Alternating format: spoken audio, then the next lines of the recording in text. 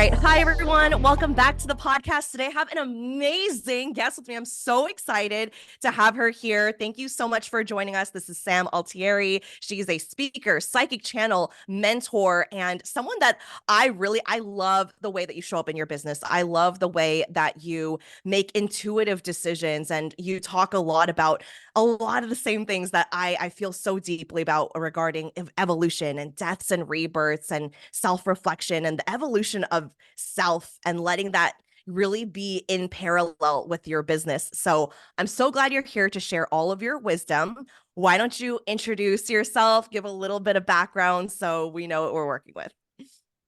I love this. Well, thank you for having me. And I want to start off with like my core belief about business and being on a soul-led journey. Like it's not like we're just building a business. It's like we're building a life and then business supports us. So I feel like our businesses can only grow to the degree that we do. And Yes. I've really been the more that I focus on me, the more that everything else around me grows. And so I think a lot of people get it wrong where they try to fix the business, but it's actually like they just haven't spent that time with themselves to be like, do you really want to do this? Does this actually light you up anymore? Like actually doing that internal inquiry. But yeah, my journey has been pretty fucking wild. Um, and I'll spare you all the crazy, intimate, wild details, but um, basically, over the past few years, I've really uncovered my spiritual gifts. And I've been super intuitive my whole life. I was always the kid that was like hanging out with the adults. Like I think I'm an old soul. But Yeah. I have pretty young energy, like lots of energy for sure. But um, I think why people are particularly drawn to me is like my voice is it like activates people, you know? It's like whatever is coming out of my mouth is it's not necessarily the words, but it's what happens, like the energy transference. It's almost like people are like, "Oh fuck, I gotta go move. I gotta go do shit. I gotta go listen to the calling on my heart and stop dicking around and stop living in my head and just go."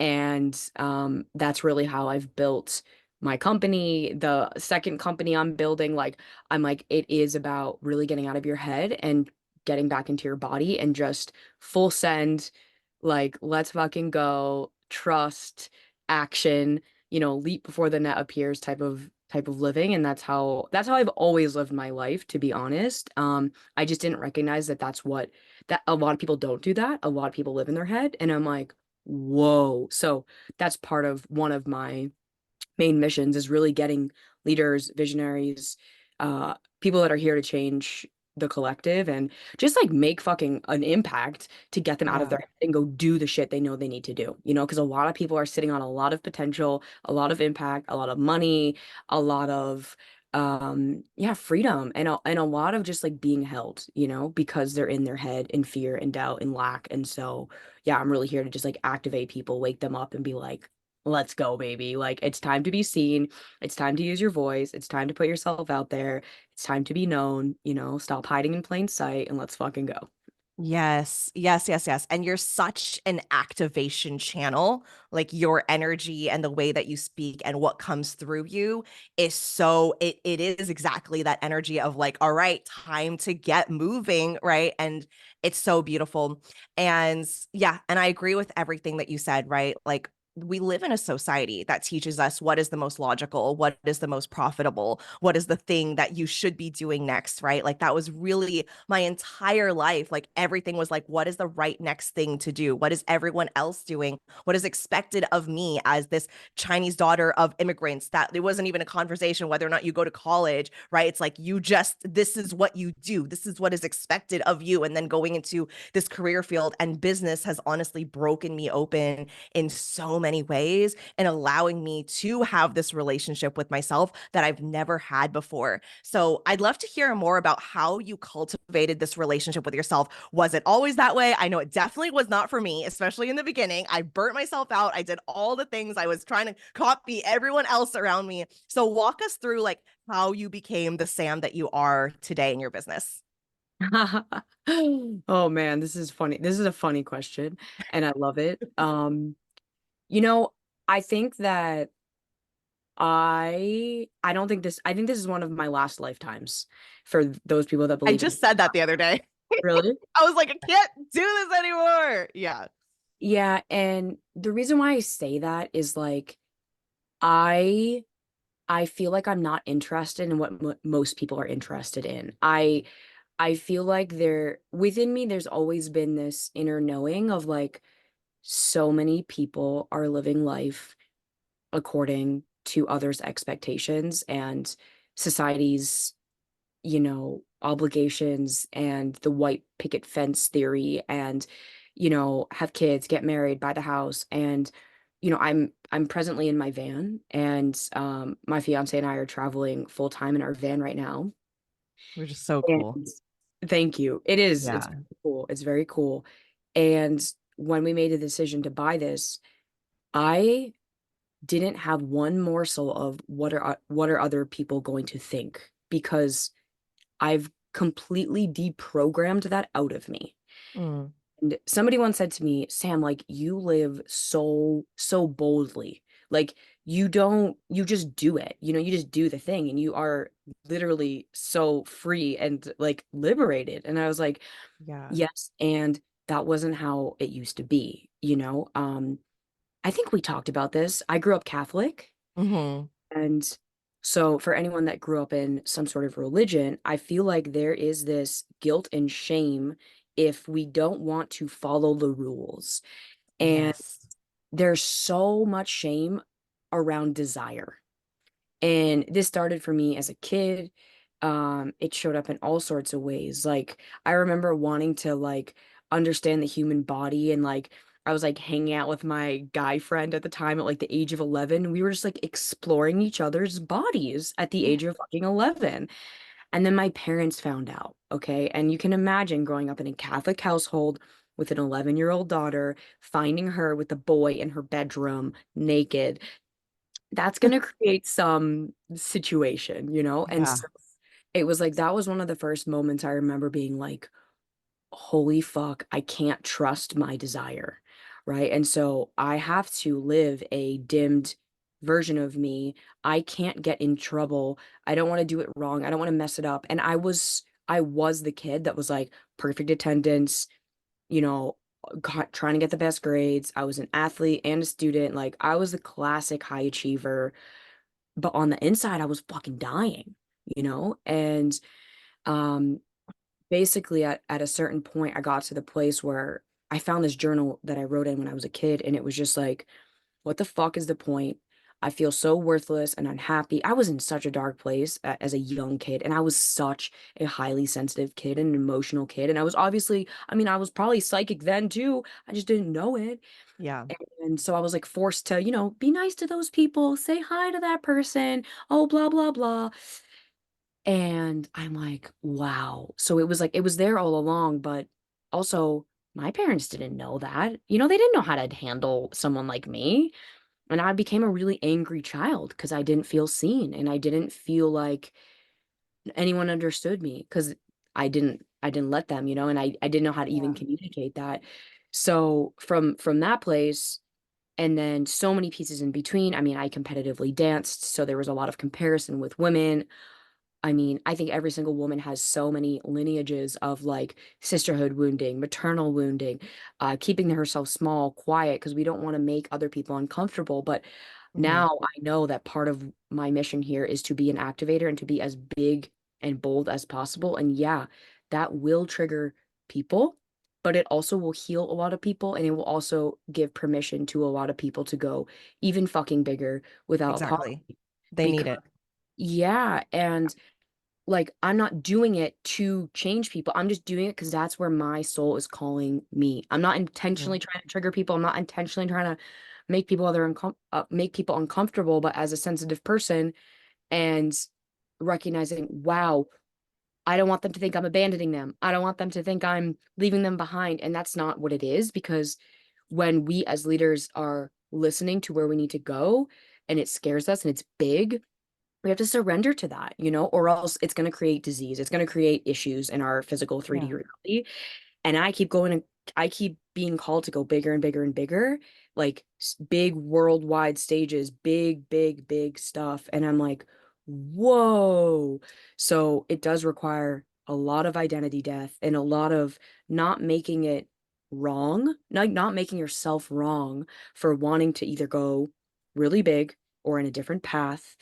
And the analogy that I literally saw this yesterday, I was driving down the highway. We're driving the van up to Montana right now. We're in Colorado.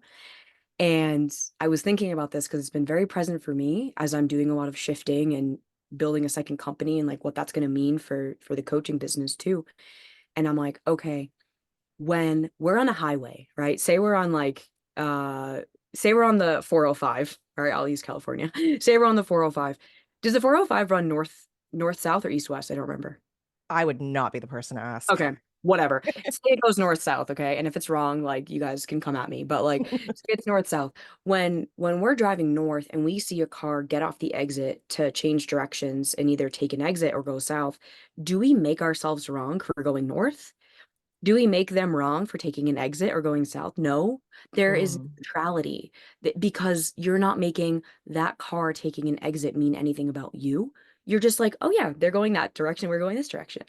Now, if we can apply that to when we rise as leaders, what happens with our clients or the people around us, now, obviously, there's way more complexity because there's humans and we're wired for connection and belonging. But if we actually look at it that objectively, I think it's easier to see, oh, hey, I'm just going this way and you're going that way, and I can love you still, but I'm going to keep going the way I know that I need to go and that I'm in momentum with, and not slow myself down to try to make you come with me or to stop you or consider should I go that way, but actually trust yourself and the right people are going to come with you and want to be in close proximity with you and want to do things with you, and the not the right people are going to go a different direction, and that is okay. And I think we if we yeah. hold duality, that is what allows us to grow as leaders and actually let ourselves experience this explosive fucking growth that we're here to have.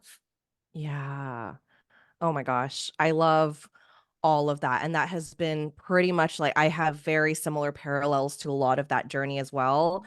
And getting to the point where it's like, no, I get to listen to my desires. I get to honor my path. I get to listen to these callings, right? Like I was raised Christian, but it was like private Christian school. It was like church every Sunday. And then it was like got to a point where I was like leading women's groups and Bible studies. And I wanted to be like a pastor. I was like so deep in the church. And I made it this like confined box, right? Rather than like, oh, I want to seek out like a relationship with God's source, right? Like beyond like higher power. It was like, oh, there are these rules I need to follow. And there is a good girl, a pure girl that follows the rules, or this bad girl, right? And it's been very interesting because my daughter's dad takes her to church, and now she's starting to learn some of these like some of the verbiage and like have some of these conversations. I think it'll be very interesting for her to see that part of it, and to also have me over here who is the witchy mom who is like very open, like lets her kind of do what she wants versus going to like her dad's house, which is very different, right? He has different kind of rules and things. And so I think that it's just like, yeah, I remember also like I was very in touch with like my body and my sexuality from a very young age. Yeah. And I know everyone has a different journey with it, but like from very young age. And then I remember like the shame of like self-pleasuring and desires. And like when I, was getting older and like talking to boys and like, I remember it started with like sexting and all these things that I would feel all of this shame around like I'm bad, right? I'm shouldn't be doing this, like again, like just like you said, couldn't trust my desires, like couldn't trust my own body, right? That like I was inherently sinful, or I was inherently bad. I think one of the biggest journeys for me, not just as an entrepreneur but as a human, is being able to trust my desires and listen to my body when so much of my childhood and also my culture and the way that I was raised is the opposite of that. And then Yeah. building a life that is based on my desires, knowing that like I can create a level of safety and joy and fulfillment that is aligned to me. Yeah, amen.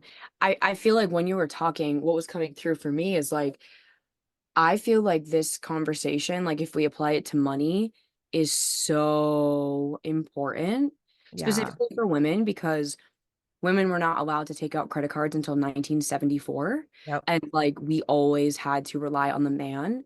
And so I think like what are we in 2024? So that's only 50 years, right? So Yeah. Yeah. like we are the first generation that actually can create like interdependence or even just independence with money, but because our literal bodies are wired to be codependent on men or on outside sources for our wealth, there is so much like unraveling and deprogramming that has to happen to go from this like I have this program called Good Girl to Bad Bitch, and it's literally this, but it applies to everything from like money, the way you show up and all the things, but it's like Yeah. going from the good girl who's like, "Oh, let me ask my husband. Oh, let me outsource my power to either a man or even God, universe, whatever." Mm-hmm. Whereas what we as leaders are being called into, whether you're, an aspiring entrepreneur, a current entrepreneur, a visionary, here to do big shit, it's like actually self-sourcing that, It's like self-sourcing, whether it's money, power, everything. It's like we are the fucking creator. It's not something outside of us. And so that is so new for Mm. us as women that it does require so much shedding because look, like we carry about 7 generations of trauma and in lineage in our physical body, which Yeah. means that you still have your great great great great great great grandmother's stuff in your body. Of course, you're working against your own programming to create a life of wealth and Yes. abundance and freedom because actually, like our mom and our mom's mom and our mom's mom all had to struggle. Like they literally did. It wasn't like they couldn't choose desire because that wasn't an option. Like Yeah. we're literally in survival mode. They're out in the fucking forest. Well, their partners are. They're at home cleaning and cooking, and they didn't have the level of responsibility or power or ability to create money or wealth that we do. We are trailblazers. And so it is going to feel so fucking uncomfortable as you're building whatever you're building because it's new and there is literally nobody that's come before you to show you how it's done because we all have unique missions, you know what I'm saying? So it's like Yeah. kind of fucking insane. And this is something I do, like I work on a lot with people that come in my programs and all that shit is because like it's so much about unlearning than it is about learning. It's like it's not that we need Mm. to learn that much more shit. It's actually like you need to unlearn all the patterns and behaviors and ways of thinking and ways of being that used to serve your lineage that no longer serve you, and that are keeping you hostage Yes. like Oh. subconsciously. Yes, that's so good. And that's a concept I bring to my students in my world as well. It's not about like adding more and more things to do. It's just releasing the things that are not serving you, like as it pertains to money and to wealth and relationships. And it's not like doing more. It's just like, well, what is currently running? Like, what is the program that is running that is not in alignment with your future self? And if we can just remove that, right? It's kind of like the metaphor of like you're trying to kind of float up to the surface of the water. It's like you just got to release the shit that's holding you Yeah. down and you'll just float right up there.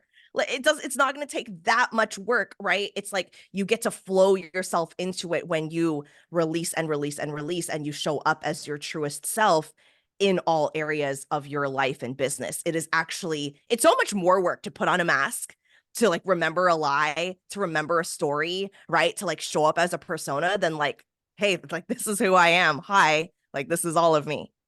Yeah. No, totally. I mean, I'm in this right now, where I'm being asked to let go of so many things and so many ways of operating that I used to do that worked then, you know? Yeah. And I think we have to really allow ourselves Same. to evolve. Like, it's like that used to work, that used to feel good, but it Hmm. doesn't anymore. And Yeah. so we have to trust that when it stops feeling in alignment over a consistent period of time, then we have to rethink our relationship to the thing, whatever that means. And Hmm. I know something I feel very fortunate, but I feel like Kurt, my fiance, has been like an actual angel sent for me. Like he has been such a grounding force and presence in my life, and like very healthy masculine. He can hold me. It's fucking amazing. And I feel like that has shown me, first of all, because I didn't come from all those, like that wasn't what I was modeled as a kid. And so for Yeah. me to have, to see what's possible with men, for me to see what's possible with money, for me to see what's possible, and to actually be like, wow, we fucking deserve all of this. Like, Mm, we deserve a fucking full life. We deserve the men to support, the whatever you fucking date to support you, the business to support you, and for you yes. as the human to feel supported by the things in your life rather than, which is the pattern that I've really let go of, because I was very, very, very codependent, where I felt like the business needed me, right? Or Yeah. the clients needed me. And I was like, I need to do everything live. Everything needs to be me, me, me, me. And realizing that is why I feel so fucking tired. Even though I have Yeah. energy, I feel, and that's why women get burnt out, because there's this codependency running the show underneath everything. And it might not even be conscious, but when you build a Mhm. business to support you rather than build a business to help people and serve them, and like this martyry savior energy that can Yes. reach with codependency, and it's like, oh, you know, when Yeah. you show your people and your students, your clients, your whatever, that hey, actually, you are way more fucking powerful than you think, and you have those answers within you, and I'm here to be your guide, and I'm here to show you what it means to be a true leader, right? And that requires Yeah. self-leadership. Like again, your business can only grow to the degree that you do. And so, Exactly. yeah, I mean, I right now I'm in like a deep phase of kind of like hibernation of like just being with myself, like Hmm. really taking time and space, like spaciousness is really big, because if you don't, you'll be forced to. And I highly recommend like, I don't know, just like taking that time for you, whether it's being in a new environment or, booking yourself a retreat, like just being able to rest and create space so that these ideas can come through, and like Yeah. we can come through of like, wow, actually, I don't really like doing that thing I kept telling myself I thought I liked. And you're like, when you get real with yourself, it's like, you fucking know what you're supposed to be doing and what's no longer for you. It's just, I think if you've been in a pattern of running from yourself, you will never develop that deep self-intimacy to know that's actually not in alignment with me anymore. Or Mm, actually this thing's got to change, because like the priority is us having a full cup, you know, and really feeling held and supported by life and business and money and relationship and all the things. yes. Yeah. That's so, so beautiful.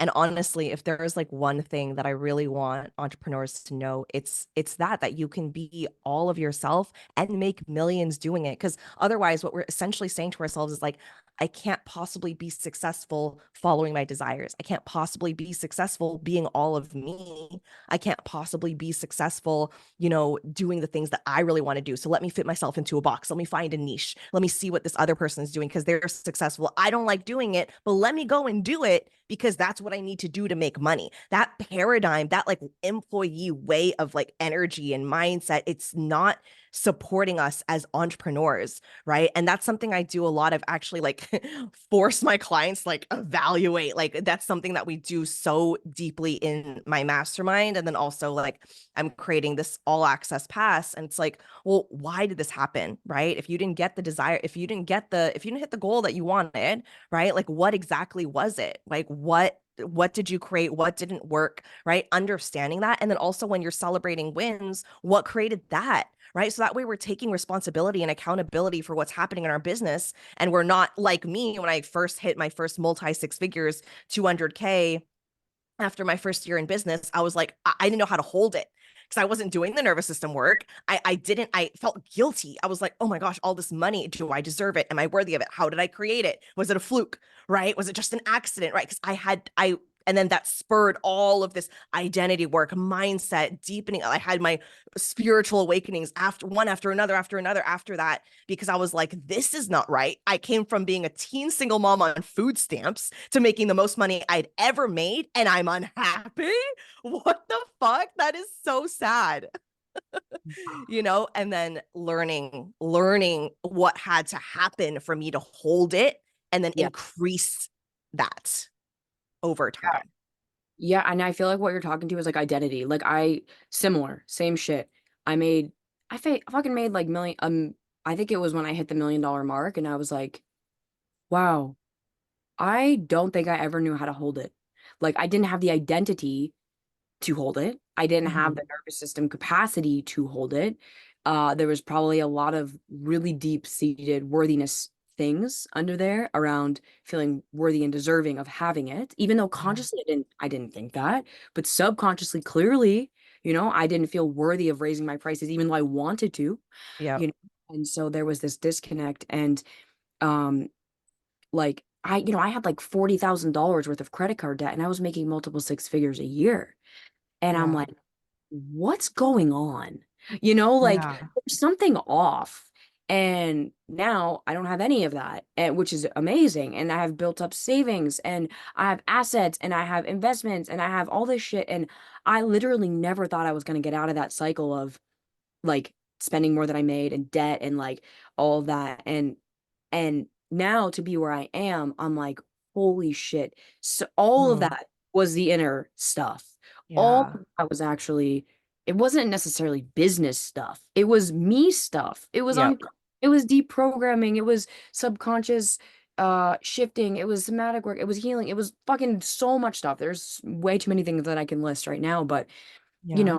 to be so codependent, so insecure, if you can believe it or not. I was the most motherfucking insecure person ever. I was so quiet. I was scared to say the wrong thing. I was not embodied. I was living in my head. I mean, I was binge eating. There were so many patterns. I was completely Mhm. disconnected from myself. And this weekend I was Yeah. just at a retreat with a bunch of other incredible women. And it was so funny. I got called so many things that a past version of me would have been absolutely fucking mind blown. Like, because that was like what her vision board was. Like, she always Yeah. dreamed of being this like it's like this calm, cool, quiet confidence, but you can like Mhm. say things and like be loud if you want and like twerk on the fucking bus and like do whatever you want to do without thinking, like purely just being yourself. And Yeah. I never thought that was possible for me. I never thought I would actually be able to be 100% myself and not even in the business, just me. Yeah. And I feel like this is like to me I'm like this is true freedom, All the Yeah. money made, the business growth, incredible. Yes. And so many people walk around, whether you're an entrepreneur or not, walk around all day hiding who they really are, Mhm. hiding how they really feel, hiding what they really want. And Yeah. so much of my mission is like voice and visibility. And it's like using your voice and being visible, like really letting yourself take up space. And there's going to be some people that don't care, think it's too much, think it's whatever, have an opinion about it. And I mean, I know you can relate to this for sure, but it's like having specifically women, because there's so much Mhm. like wounding there, having women in your life where you can like actually be yourself, all of the Yeah. sides. The like boss bitch, I'm gonna fuck up and dominate the world and change this planet and make billions.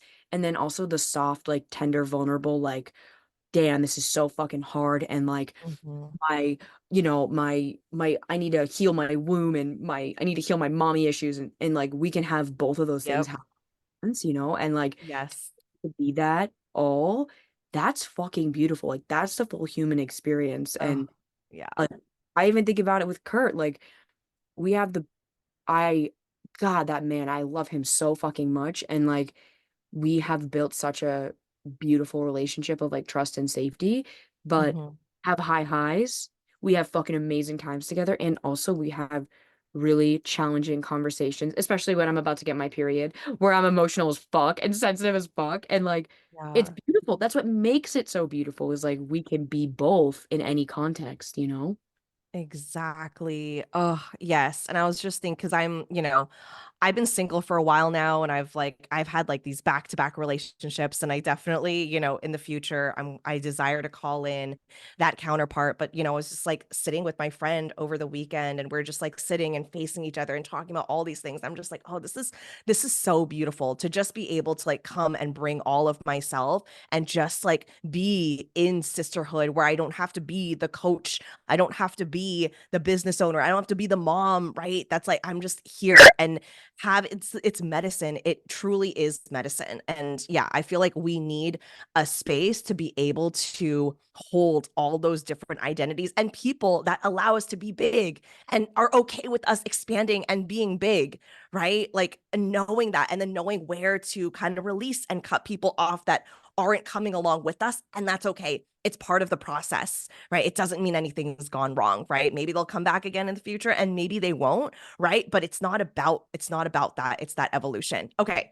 I know that you have to I know we need to wrap up in a little bit, but I want to hear a little bit more about because I know one of your biggest processes and some of the things you've talked about, especially now in the season of your business, is like this level of self-reflection and connection to your body that you have. Are there specific things that you do that you tap into that you like? Are there certain times you just feel into it intuitively? Like, what do you do when you're really sitting down to self-reflect? When do you feel the need to do that in your business?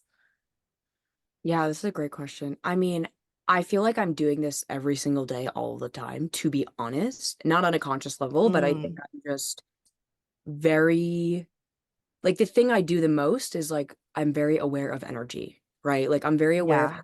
people, places, things, experiences make me feel.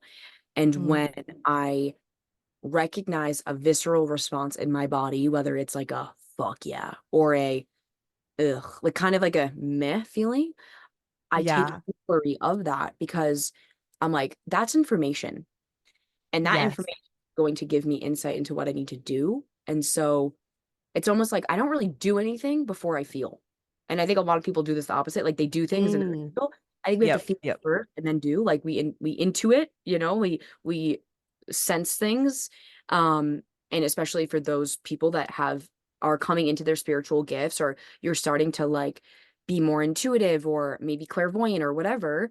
I have a lot of my clairs developed that's happened over time, of course, but I feel like I'm very in tune with things generally. I can Yeah. tell, I can read energy because I am psychic and all the things, right? But I can read energy, whether it's people, whether it's like prices, it could be anything where I'm like, Yeah.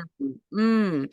And so I will literally like imagine the experience, whether it's already happened or it's about to happen. I will tune in and be like, yeah, that's gonna feel contracting. So that's a no. Or that's if it's about money, oh, that's too low. Or I feel into my body. And if it feels like opening, like my heart is open, like my chest is opening and it feels really big and like, ooh, like that's a yes, right? Or that's more of what I want. And so that's really like the main practice I would say that I do Mm, use on a daily basis. yeah.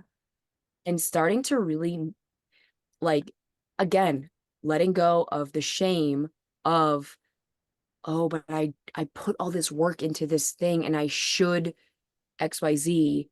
No. Like maybe we put all this work into this thing, but actually it doesn't feel aligned anymore. And that's okay because Mhm. we learned a lot there and we can take that and use it for the next thing, whatever that is, Yeah. So I'm, Exactly. yeah, it's It like the builds let it upon go. each other. Yeah, Yeah. yeah. So I think that's kind of the main thing. If I was to think of like what is the main practice, it's that. It's like tuning in, and you can do this. You can make a list and start tuning in to like write everything going on in your life or your business or whatever, every offering, every person in your close circle, and you could rate them, and be like, this gives me energy, this takes energy away. Because at the end of the day, everything is either a faucet or a drain. Everything is either adding life to us or it's taking away. And if we see Mhm. life, I don't like seeing life black and white, but if we use that exercise as a way to look at things very black and white, we're gonna see, oh my God, that person or that thing or that offer or that price point. is actually making me feel small and contracted. Yeah. And how can I shift it? How can I change my relationship to it? How can Oh, I whatever? so And good. I don't feel like that's all the answer. It's like I literally feel like that is the way. Yeah. Yeah, and as you're speaking, it's like, you know, and someone might be, well, like, how do I, and I think we know. We know. It's just a Yeah. matter of being honest with yourself and even just setting that time to drop in and listen, regardless of if it's like I'm a sacral 3-5 generator, right? In human design. So like it is a yes, it's a or it's a right? And so even if you don't feel it in those exact ways, you'll feel a knowing, you'll hear something, there's something that your body, because it is so wise, will communicate something to you, and you know, and I think the hardest part of that, especially if we're in the beginning of that journey, is listening and taking action and trusting that, especially if that's not something you're used to. But I do think it gets easier over time and it gets louder over time to where you can't even ignore it. At this point, if I were to ignore it, it would be blaring and I'd be like, I would take more effort to me not to listen to it at this point than to listen to it. So it does get easier too. Yeah, and I think to your point, you do know. Like you don't like stop saying the phrase to yourself, I don't know. Yes, you do. Yes, you Yes. fucking know. And you saying I don't know is blocking your own power. You do know. And you could take 2 minutes, literally, that's all you need to just do what we just said. Like, it's not that fucking hard. And so stop making it hard by saying, I don't know, and it's hard. Well, it could be easy if you just sit the fuck down, shut up for a second, listen to yourself for literally 2 minutes. Your body knows. Exactly. You have an intuition. It's not like you didn't get this gift at birth. We all have an intuition and it is our superpower. And like when you just listen to yourself, you Exactly. know, but you have to create this space to hear the answer. If you keep asking and you're running around like a chicken with your head cut off, how can you give the answer to your, like, you can't receive the answer. So, also, just this is the feminine side of like receiving. If you're going to ask, create space to receive. It could come in 10 seconds, you know? Yeah.